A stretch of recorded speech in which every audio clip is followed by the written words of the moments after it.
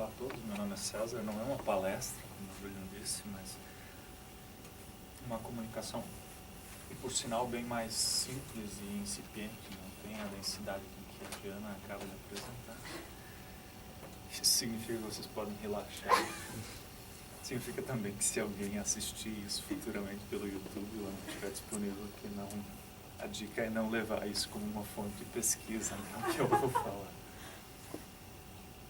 Já pelo título dá para ver uma coisa mais simples, é um raciocínio, uma reflexão que praticamente não é minha, mas é algo que tem me chamado a atenção e eu achei que era apropriado trazer para o público, para talvez fomentar uma discussão. O contorno no qual isso está inserido é nos estudos da cognição.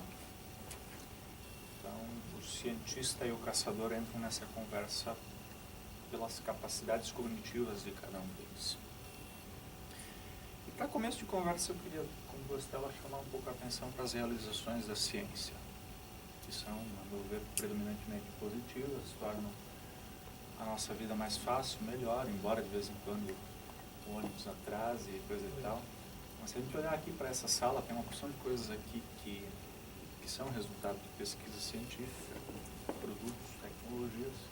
Além disso, daria para mencionar edifícios resistentes a terremotos, plantas geneticamente modificadas, fibra de carbono, automóveis e aviões, transplantes, penicilina, telefone, televisão, computadores, essas coisas todas que não estavam no mundo originalmente.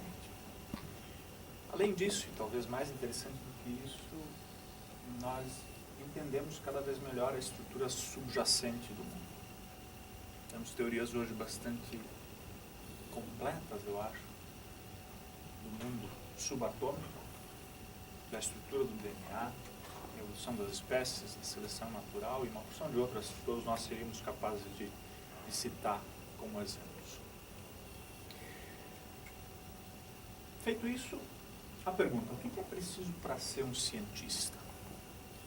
Por aqui, o que eu vou dizer faz algumas pontes diretas com o que a Diana apresentou há pouco por um outro ângulo. A atividade científica é complexa e pode ser descrita de várias maneiras diferentes, e uma descrição possível, que eu vou apresentar sucintamente, vai no seguinte sentido, de dizer que a atividade científica contém elementos cognitivos, elementos motivacionais e elementos sociais. Vamos lá, então. Primeiro, o que é preciso para ser um cientista pelo lado cognitivo? Daria para responder diretamente falando duas coisas. O cientista tem que ser capaz de se engajar na produção de teorias, ou, se você preferir, na elaboração, na produção, na construção de modelos, para explicar alguma coisa, algum evento, algum processo, alguma regularidade que está sendo observada.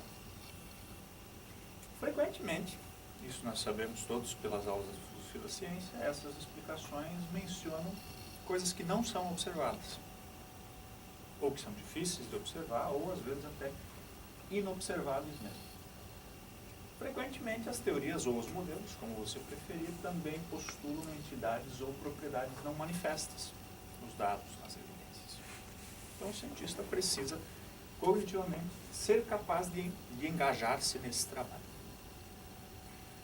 Além disso, ele precisa ser capaz de empregar critérios para escolher entre teorias e modelos rivais, ou modelos rivais. A Diana falou um pouco disso, conecta.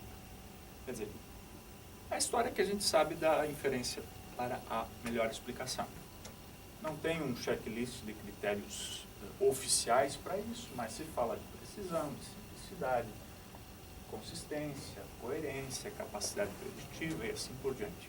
Faz parte daquilo que o cientista precisa ser capaz de, do ponto de vista cognitivo, para ser um cientista. Em segundo lugar, eu disse que também, para ser um cientista, precisa de alguma coisa que pode ser chamada de elemento motivacional. Para caracterizar isso sucintamente, a gente poderia começar falando, bom, nós, seres humanos, somos uma espécie que tem uma certa sede pelo conhecimento. Qualquer pessoa, engajada na ciência ou não, quer entender as coisas, quer saber melhor, não se contenta com aquilo que aparece, com aquilo que capta no primeiro lance.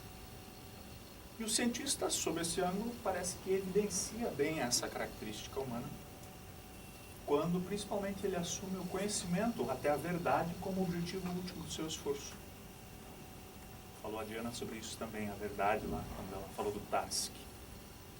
Aqui uma parte que poderia ser uma discussão boa. Será que outros animais possuem essa capacidade de assumir explicitamente o conhecimento, ou a verdade, como objetivos últimos da sua atividade? Será que essa seria uma característica distintiva da nossa espécie? Não sei. É possível defender que sim. Junto com esse elemento motivacional tem uma motivação, digamos assim, mais concreta. Muitos cientistas se esforçam também e se motivam pela ideia de conseguir resultados benéficos, do tipo descobrir a cura de uma doença, do tipo desenvolver um novo produto, uma nova tecnologia, alguma coisa assim. Isso também conta como um requisito ou um elemento motivacional. Para fechar, o que é preciso para ser um cientista também pelo lado social. A imagem ingênua do cientista, como aquele do jaleco branco, que trabalha sozinho, trancado num porão, é falsa. Ciência é e sempre foi um empreendimento social. Isso significa, em primeiro lugar, que boa parte do que é feito em grupo.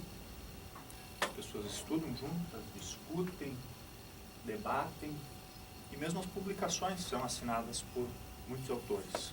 É bem comum. Talvez a filosofia seja uma exceção, mas em outras áreas, um paper tem 5, 6, 7, às vezes mais autores. Então isso é um sinal do aspecto social dessa atividade. E aí se poderia acrescentar uma coisa também bastante óbvia, que uma boa parte das habilidades que um cientista adquire, ele as adquire socialmente. Por leitura, por imitação, por treinamento, imaginem trabalhos de laboratório e assim por diante. E num contexto mais ampliado, pensando a ciência sendo feita na universidade ou no centro de pesquisa, considerando salários, agências de fomento, materiais, instalações e assim por diante, com alguma frequência também se ouve que a ciência não é apenas uma atividade social, mas uma instituição social. Isso é uma resposta bem sucinta para o que é preciso para ser um cientista. Agora uma analogia, um contraste. Essa figura de caçadores, numa outra época, historicamente distante de nós, e uma pergunta: o que é preciso para ser um caçador? Começando a construir uma resposta. Bons caçadores possuem um entendimento aprimorado da natureza. O caçador conhece bem o ambiente onde ele se movimenta. Normalmente um caçador se movimenta numa área X. Ali ele sabe quais plantas tem, quais animais que estão naquela região, espécies, o ciclo das plantas, aquilo ali dá uma fruta em tal época, aquilo ali é venenoso, aquilo ali não é, qual é o comportamento dos animais, assim por diante. Tem um bom conhecimento do ambiente natural. Uma parte desse conhecimento, eu penso, pode-se dizer que é obtido por inferência para melhor explicação. Por exemplo, o caçador tem como dado um barulho, alguma coisa que ouviu, e junto com isso uma marca no chão, uma terra remexida, coisa que ele pode encontrar no dia seguinte, e dali ele infere: olha, aconteceu tal coisa, tal bicho brigou com tal bicho, ou ali tem uma reprodução, ou assim por diante. Tem uma atividade de inferir coisas a partir de evidências observadas. O interessante para pensar no que é preciso para o caçador é chamar a atenção para um tempo passado em que não existiam armas de fogo, ou num sentido mais abrangente, não existiam artefatos que permitem abater rapidamente um animal. Nesse contexto, era comum o caçador ter que seguir um animal ferido por um longo tempo, às vezes até mais de um dia, 2 dias, 3 dias. Imagine aquilo, recursos bem rudimentares, acerta uma flechada num bicho, o bicho está ferido, mas ele foge. E o caçador vai atrás, porque sabe que o bicho está debilitado um pouco e vai conseguir matar, enfim, abater a presa. O que precisa para fazer isso? Para ir atrás, para rastrear, vamos dizer assim, uma presa. Além de identificar rastros e outros sinais em diferentes terrenos, por exemplo, na areia, no campo, nas pedras, na água, seguir um animal requer uma capacidade de interpretar esses sinais. E o bom caçador sabe fazer isso. Tem uma marca no chão, um troço arrastado, o caçador olha e diz, não, olha, foi para lá, ou foi para lá, ou isso daqui é de ontem, isso daqui é de hoje de manhã bem cedo e assim por diante. Tem toda uma capacidade de interpretar e para fazer isso, o bom caçador leva em conta, entre outras coisas, um corpo de conhecimentos prévios que ele tem, relativos à anatomia do animal, os comportamentos característicos desse animal, conhecimento também da geografia da região, para lá é uma montanha, para lá é um rio, lá tem uma fonte de água, lá tem isso, lá tem um penhasco e assim por diante. Conhecimento das circunstâncias, é chuva, faz frio, umidade do ar, sol muito quente, assim por diante. Tudo isso é levado em conta para interpretar sinais diferentes encontrados nessa atividade, nesse empreendimento de seguir um animal. E para ser bem sucedido, isso é, no caso, para conseguir abater o animal que está seguindo, o caçador usa um pouco da sua imaginação e dos seus conhecimentos prévios, que eu acabei de caracterizar, para desenvolver uma hipótese. Uma hipótese que é relacionada aos sinais observáveis que ele tem, não está vendo o animal que fugiu, e ao comportamento futuro da presa. Tem esses sinais, então o bicho está indo para lá, ou vai fazer isso, ou vai se esconder, ou não sei o quê. Quando a caça é em grupo, coisa que era comum na época que não tinha esse poder de fogo que tem hoje, hipóteses como essa possivelmente eram discutidas no grupo. Algumas delas eram consideradas mais plausíveis e outras eram consideradas absurdas e eram abandonadas.